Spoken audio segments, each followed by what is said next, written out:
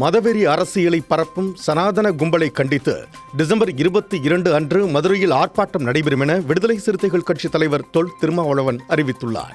இதுகுறித்து அவர் வெளியிட்டுள்ள அறிக்கையில், கார்த்திகை மாதத்தின் போது திருப்பரங்குன்றம் மலையின் மீதுள்ள உச்சிப்பிள்ளையார் கோவிலில் தீபம் ஏற்றுவது கடந்த நூற்றாண்டுகளுக்கு மேலாக நடைமுறையில் உள்ள வழக்கமாகும்.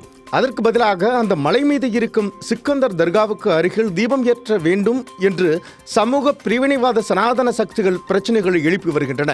இது தொடர்பாக தொடரப்பட்ட வழக்கை உயர்நீதிமன்றம் 1996 தள்ளுபடி செய்துவிட்டது.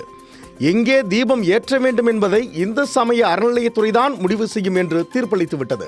அதன் பின்னர் 2014 தொடரப்பட்ட வழக்கை விசாரித்த 2 நீதிபதிகள் கொண்ட அமர்வும் வழக்கமாக ஏற்றும் இடத்திலேயே தீபம் ஏற்ற வேண்டும் என 2017 தீர்ப்பளித்துள்ளது.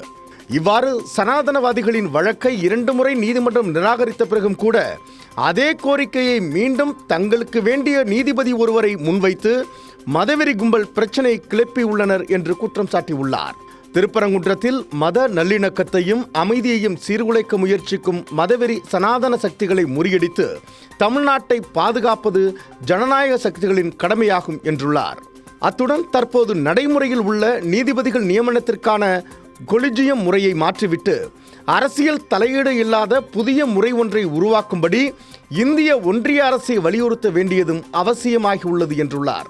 இந்த 2 நோக்கங்களின் அடிப்படையில் கண்டன ஆர்ப்பாட்டம் விடுதலை சிறுத்தைகள் கட்சியால் ஒருங்கிணைக்கப்படுகிறது என்றும் இதில் அனைத்து சனாதன சக்திகளும் பங்கேற்குமாறு அழைக்கிறோம் என அழைப்பு விடுத்துள்ளார்.